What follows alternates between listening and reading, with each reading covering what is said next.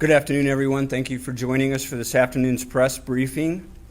Chairman Rand and I have had an opportunity to thank a host of people and groups that have been doing outstanding work in a unified effort to keep our community safe during this pandemic. Chairman Zimmerman and Chairman Krug from Tazewell and Woodford are also partnering with us to get information out to our citizens in the Tri-County area. I started the conference on Monday acknowledging that the governor had just informed us that the state hit 12,000 folks that were infected with coronavirus, and today it's 15,000 2 days later. So if there is a need to stress, to continue to stress the importance of our shelter in place and social distancing, that is a stark reminder. I'd like to take a moment today and recognize a group of people with a vested interest in our community and its safety, and that's because they helped build it. I'm particularly calling out residents in our local long-term health centers. We know that you're concerned about these issues, especially because you're part of an extremely vulnerable group. We want you all to know that we're thinking about you and look forward to a day in the not too distant future when we can come and visit again in person, face to face. And that means you, Mom. And thanks to all the professionals working in the long-term facilities who are laboring especially hard to keep their residents out of harm's way. The community thanks you all for taking care of our loved ones and treating them like family. Every year during the second week of April, the country honors the telecommunications personnel and the public safety community. We are all reminded, notably in a time like this, of their hard work and dedication on the front line of our public safety efforts. Many times we fail to recognize the importance of our dispatchers to learn accurate information quickly, determine the appropriate responders, and then dispatch the calls for service. The caller relies on them, and the public safety responders rely on them. This is a good time to remind everyone how important it is to give our dispatchers complete and accurate information for everyone's benefit. If there are potential coronavirus issues relating to the call, please be sure to advise the dispatcher. It will not impact the quick response to your call, and it will ensure everyone's safety. Finally, please allow me to make a strong recommendation regarding travel over the Easter weekend. I think by now we've all heard stories about a family birthday or other family-attended special occasion that also provided an opportunity for the coronavirus to be transmitted. The unintended consequence of a family get-together was that people actually died because of it. Don't take a chance in letting that happen. Please continue to abide by the shelter-in-place restrictions and practice good social distancing. Once the danger has passed, we'll be able to make up for lost get-togethers when it's much safer to do so. Please continue to do your part to keep the pressure off of our hospitals so they can respond effectively to the major incidents in our community. And now we're going to hear from Monica Hendrickson.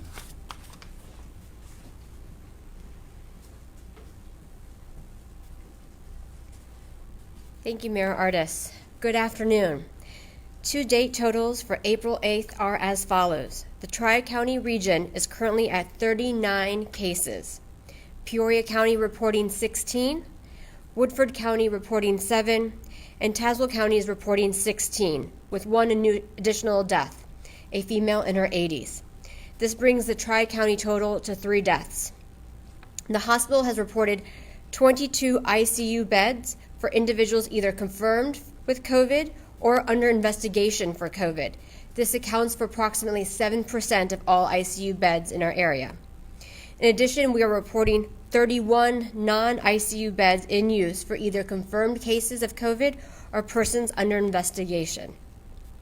For Peoria County specifically, of the 16 confirmed cases, 8 are currently considered recovered, 5 are at home in isolation, 2 are hospitalized, and again, 1 is deceased.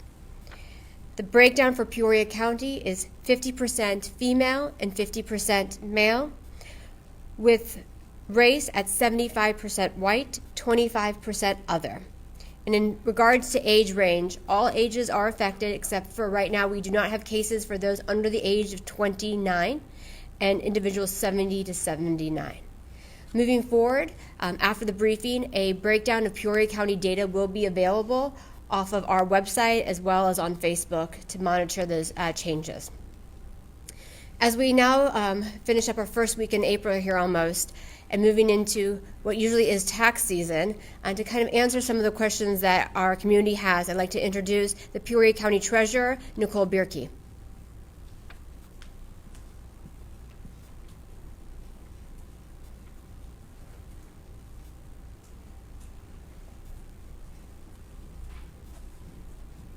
Hi.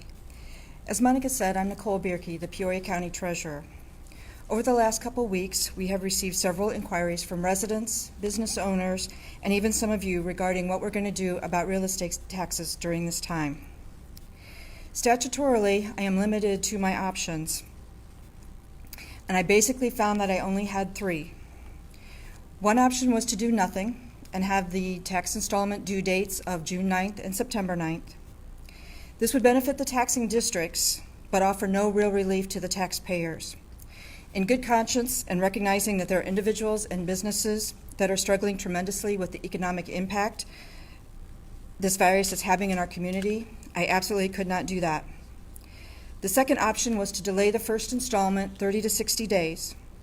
In looking at this option, I reached out to multiple taxing districts in Peoria County that rely on tax revenue to provide essential services to the residents of Peoria County. Some of these taxing districts house first responders, such as firemen, policemen, and sheriff's deputies. They also include numerous schools that are still educating our children and doing a phenomenal job of providing lunches to kids that may not otherwise have a stable or reliable source of food. Other districts include townships, villages, and park districts and cities, just to name a few. In total, there are approximately 150 taxing districts in a year. While a few said they would be okay with a 30-day delay, but not a 60-day delay, the majority said a delay would be devastating to them and their budgets. So while this option might be somewhat beneficial to taxpayers, it would be less than ideal to the majority of taxing districts and could have devastating effects that could impact taxpayers down the road. The third option I found in the statutes, and the one that I have recommended for approval at tomorrow night's county board meeting, is a compromise for both taxpayers and taxing districts. I have asked the county board to approve a one-year ordinance that will allow the first installment to be split into two equal payments, with the first 50% due June 9th and the second 50% due by August 10th.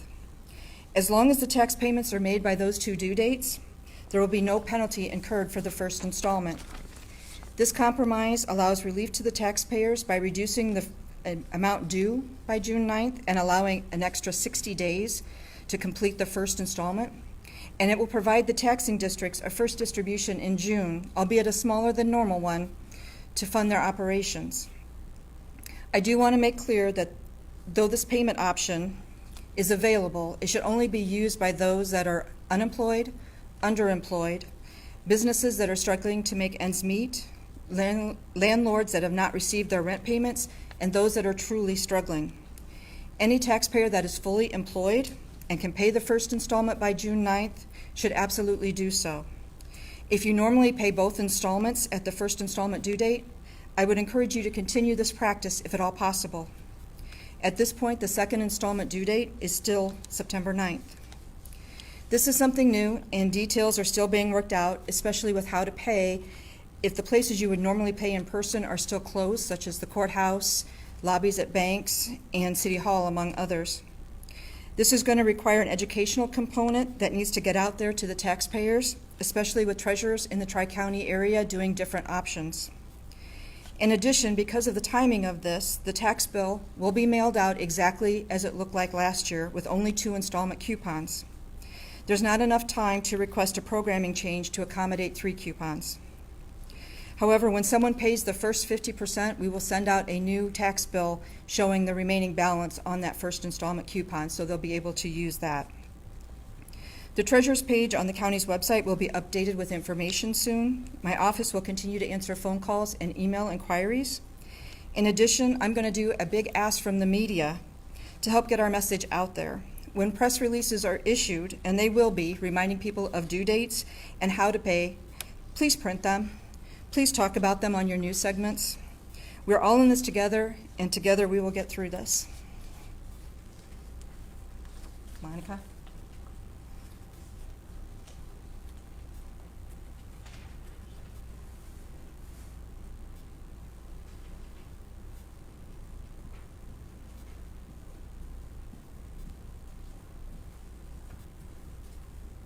Thank you, Nicole. We'll open it up to questions. Monica, you said that there was one additional death, a female under 80. Did you say in Tazewell County? In Tazewell County. Would that have happened? They've been at the same long-term care facility, or someone from the same long-term care facility that Rob mentioned the other day? Yes, they do reside in the same long-term care facility. And again, that facility is doing their due diligence and working with Tazewell County in contact tracing, as well as universal PPE, additional environmental disinfection, as well as monitoring all the other residents as well. So again, Tazewell County is very much involved with this and with that long-term care facility. And I think the mayor highlighted it when he spoke earlier that our long-term care facilities are in these highly volatile situations where they're working with a vulnerable population and very confined spaces. And so they are really working and doing their best to make sure that they are able to address the issues as they come up. Was that the significant other? Was it the significant other that was mentioned? No, not to my knowledge. And Last time we talked, we heard that there were 2 tests pending from that facility. Do we know what the results of those 2 tests were? Not at this time. I don't have that information. You said that there were in Peoria County. Can you tell us again how many people were recovered, how many are still hospitalized? Of course. So in Peoria County, of the 16 confirmed cases, 8 are considered recovered, 5 are at home in isolation, 2 are currently hospitalized, and then 1 is deceased. You've talked in the past about how it's difficult to determine when somebody's considered recovered. Can you talk a little bit about, that's the first time you released those numbers today. Can you talk a little bit about why you decided to make that decision and how you made that determination? The difficulty, the question has been how do we know when someone's recovered and how we've gone through this process. A couple of things have changed from guidance from the Illinois Department of Public Health. As we've progressed through this response, requirements and obligations by the health departments locally in terms of follow-up have also changed. A great example is there was a question about pending test results. Moving forward, our local hospital systems do not require authorization to perform testing. I mean, as a local, I will not necessarily know how many tests are going to be pending in my community anymore. I'll only know a positive or negative result. Likewise, in terms of initially, there was first guidance that we needed to have positive or negative tests to determine if someone's recovered. Then there was based on symptomology. So if you go during a period of 7 days from your onset of symptoms, as well as 3 or 72 hours without a fever and improved symptoms, you can be considered recovered. And so with the changes in what we are required from a pending aspect or authorization, we've changed our staffing model to now follow up and really determine recovery status much more proactively. They are monitoring individuals, and so when we do get that last survey from an individual that has been identified as a confirmed case, or even one that was in self-quarantine because of contact, we are verifying that they are, again, in that 7-day period, or again, 72 hours, so that we can talk about their recovery. So what happens once I'm considered recovered? Do I still have a period of self-quarantine or self-isolation beyond that, or is it just, I'm just another person, so to speak? That's a great question about what happens when I've been considered recovered. For those individuals that have recovered from this, you're no longer required to be in self-isolation. And actually, if for Peoria County residents that are considered recovered, they'll receive a notice from the health department at this time stating that they are no longer required to stay in self-isolation. A similar notice goes out to those individuals that have been quarantining as well. Once they pass their 14-day period and have no symptoms, we also issue a similar letter. Moving forward, though, in terms of what does that mean for you, there's a lot of interesting research out there about treatment opportunities. One of them is donation of plasma from an individual that has recovered to actually pretty much do a transplant to a very critical patient. And we know that the American Red Cross here in Illinois is working with that, as well as the Mississippi Valley Regional Blood Donation. Again, this is with conjunction with your healthcare provider to know whether or not you'd be an ideal candidate for the situation once you have recovered. So it's my understanding that you can donate plasma every 28 days, and depending on the machine used, the plasma can be used for anywhere from 2 to 4 patients. Have you talked to the 8 recovered patients about being plasma donors for the people that are currently suffering from COVID-19 or, maybe diagnosed with it in the coming days? So the question would be, those that are recovered, how possibly could they become donors for other individuals in that process? And that is why the Illinois Department of Public Health, we were notified today, will be actually following up with those that are recovered. And that's why it's important, if you are confirmed with COVID-19 and you're communicating with your health department, one of the information that we ask is contact information, because Illinois Department of Public Health will be working through the American Red Cross and reaching out to those individuals to see how they would be able to qualify. Again, they may have additional health issues that would not make them the best candidate for plasma, but those that can, we would really highly recommend that they would assist. Monica, you gave stats for Peoria, and I know you're kind of representing all 3 counties. Could you give stats for Woodford and Tazewell in terms of, the specifics that we talked about in terms of recovered and, hospital, this and that? I don't have that information for Woodford and Tazewell County, and I think I would like to highlight this kind of differences that you'll see around different counties in the state. And it really speaks to the fact that when this rolls out, different health departments have different capacities. They all are wanting to create a healthy environment, and the safety of their citizens is their priority, recognizing the fact that some are able to bring in staff or have their staff focus on theirs, and others, depending on their size, can really just do that contact tracing and investigation. And so recognizing that they are monitoring this, but not as daily as we are. For those who have recovered, can you be infected again almost immediately with COVID-19? There's a lot of research out there about once you've recovered, if you have antibodies, and what does that mean in terms of can you get sick again, or can you even transmit the virus? Research is still coming through, a lot of it coming from China and now even in Italy as well, areas that are now kind of progressing on the other side of the curve. The important thing to understand, and I believe Dr. Ziki said it really well today, is that this is a novel coronavirus. Things that we assumed with kind of its cousins or relative similar viruses don't necessarily hold true. For the most part, if an individual has a virus and they recover from them, they will have some natural antibodies available for that.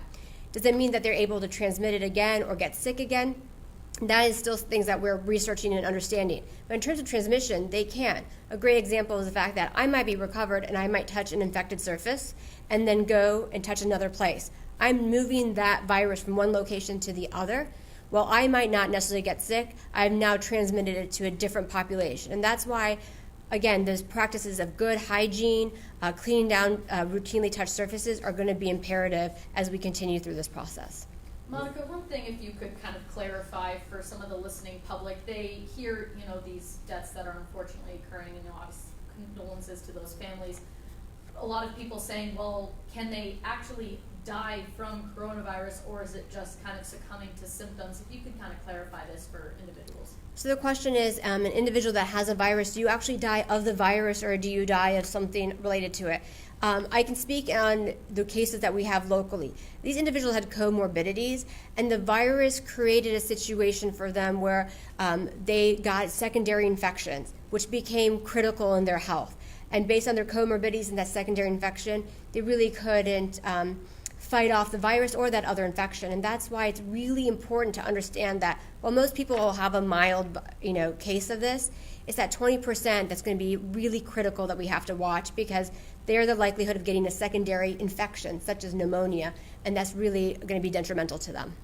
With you not knowing of pending tests anymore, can you touch on what it means when you say under investigation in our hospital systems? Is it pending tests? Is it someone showing symptoms? Like, what is under investigation? So in our hospital system, under investigation are individuals that have either a test been submitted to the state lab or a private lab, as well as those that might be considered presumptive or suspect based on their continuing work. So for example, an individual that might show up, especially now that we're kind of waiting off of influenza season, they might be checking on other respiratory panels to see what they might have. while they're waiting for those results to come, they will still give them a pending under investigation, just because we can't negate that they might have something else. So you still will be aware if they're in the if they're in our hospital systems that they will have a pending test. You're still aware of those numbers? Yes, we'll be able to see that. And that will be coming from the ICU counts or the non-ICU counts from those that are hospitalized. Individuals, though, can be tested and be asked to go home and self-isolate.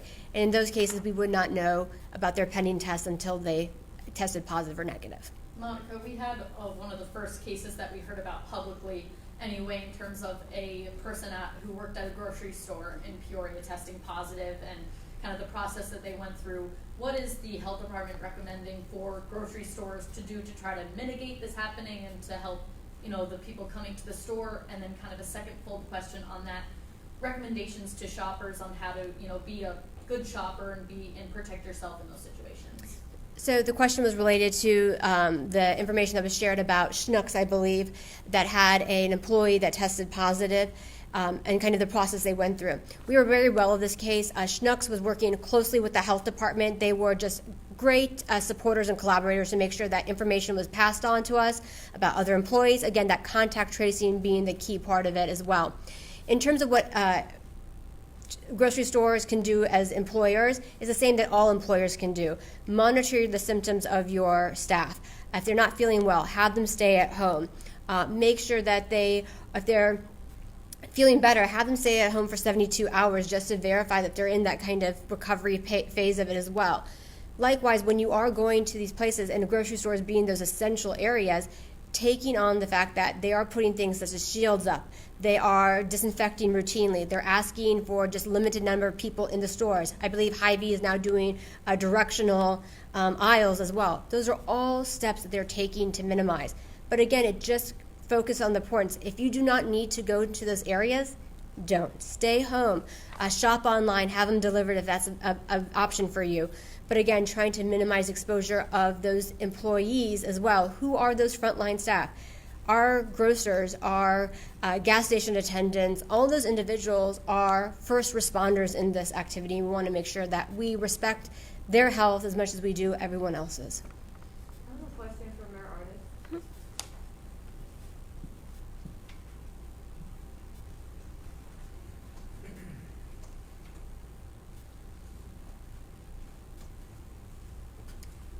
So the governor was asked today if he would issue a statewide curfew on alcohol sales, and Chicago just issued a curfew that's at 9 p.m. Pritzker said he would leave this up to local government to see if this is something that they would do. I wanted to know, is that something you're considering for Peoria? We haven't had any issues with people congregating at liquor stores. I don't even think there's very many liquor stores that are open past 9 o'clock in the city. So we'll address those on a case-by-case basis. If it turns into be a problem, we'll address it. But at this time, we haven't had any issues like that at all. I have a question for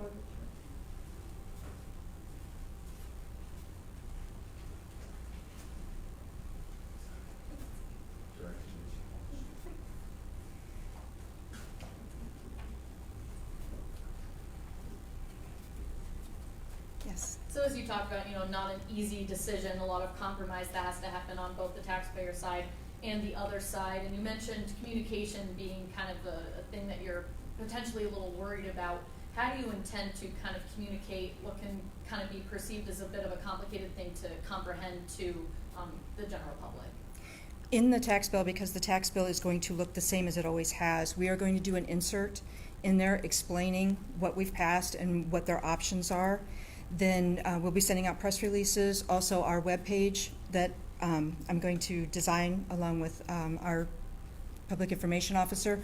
We'll give examples of if your tax bill, if your first installment payment is this is what you pay by June 9th, and this is what you pay by August 10th.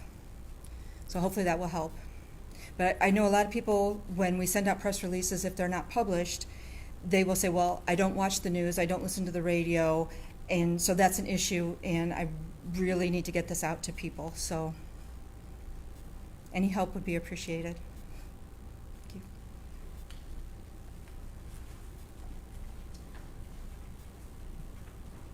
Just have one additional question for you, Monica, real quick. One of the health department's regular duties is food inspections, restaurant inspections. Can you talk, is that process still continuing right now? And if so, is it still largely same as it usually was? Has it changed at all? So Peoria County, I can speak specifically for Peoria County, we're doing it twofold. One, we're doing complaint-driven investigation. So if an individual is calling in because of a foodborne illness issue, or if someone's reporting something they see, then we are inspecting as we do for complaint-based. We're also doing self-inspections. So there are fewer places operating right now, and we recognize the fact that putting our staff in those places is creating undue burden onto those establishments. And so with that, we're doing what's known as self-inspections. Those were sent out just yesterday, and we already have establishments faxing them over and assessing them.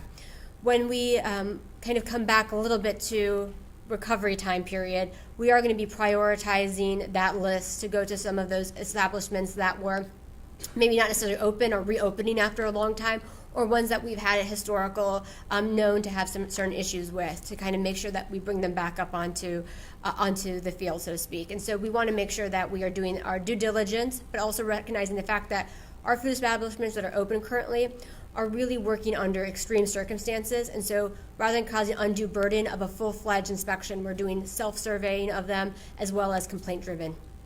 Monica, the governor, when he spoke this afternoon, he discussed that he wasn't necessarily comfortable with implementing a kind of rapid testing system that had been developed, saying, we want to make sure that we're being accurate. If you could describe for people, to your knowledge, what this test kind of looks for and why it is kind of very particular test. So the question is about the rapid testing that's available. I believe it's Abbott Laboratories that is issuing it. We do know that the federal asset for it was sent out to various states. It might be at a private lab. There are, to my knowledge, no laboratories here locally that are utilizing it. But the reason why this rapid test is available is it's looking at, it's a quick test. It's looking at individuals from an antibody standpoint, which right now we don't have that capacity here locally. Our testing is still going to be done through one of our state labs or one of those private labs that hospitals utilize. And we are focusing on individuals that are symptomatic. And the reason why is when you are symptomatic, your viral load is high enough that the detection of it's going to be a stronger indicator. So we don't want to get false positives or false negatives, which then could create to a different health issue as well. And so right now, a lot of the test is focused on asymptomatic individuals. So again, before I end, as we continue to highlight National Public Health Week, today's theme is violence reduction. Violence is the leading cause of premature death in the United States. In 2018, Peoria County saw a 62.5% increase in homicide, which was the leading cause of death amongst 15 to 24-year-olds, and the second leading cause of death amongst 25 to 34-year-olds. And this is a disproportionate rate of homicide amongst African Americans and those residing in the 61603 and 61605 zip codes. In fact, the total years of potential life lost in 2018 related to homicide was 440 years. The risk factors associated with high rates of violence include poverty, instability in housing and residence, as well as high unemployment. Areas that have seen historical disinvestment are also disproportionately affected. That is why the Peoria County Board of Health, during a strategic plan, recognized the importance of health equity and violence reduction as a public health issue.